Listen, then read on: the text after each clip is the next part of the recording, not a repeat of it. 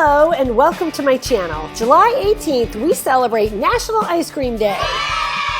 We'll be making Oreo Peppermint ice cream. We'll begin by mixing the milk and sugar in a bowl, whisking until the sugar dissolves. Mix in the heavy cream and peppermint extract.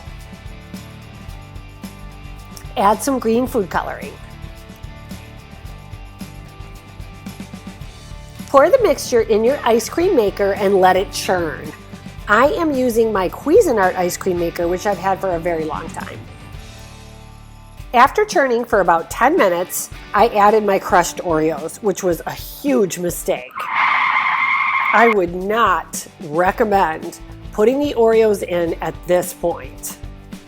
Don't get me wrong, it's still super delicious, but it is ugly. Fun story, to keep the pretty green color, just fold the Oreos into the ice cream at the end. To cover up the hideous color, I just put a cupcake on top and then added frosting all the way around to cover it all up. And it was delicious. Thank you so much for watching and happy National Ice Cream Day.